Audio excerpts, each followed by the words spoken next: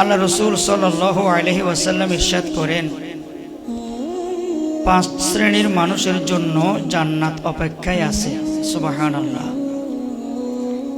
1 number তালিল কোরআন, যারা বেশি বেশি কোরআন শরীফ তেলাওয়াত করে তাদের জন্য জান্নাত অপেক্ষায় আছে।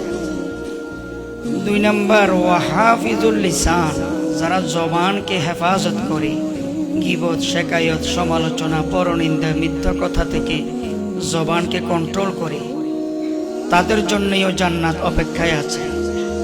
3 নাম্বার ওয়ামুকসিল ওরিয়ান, যারা বস্ত্রহীন গরিব মানুষকে বস্ত্র দান করে, তাদের জন্যও জান্নাত অপেক্ষায় আছে।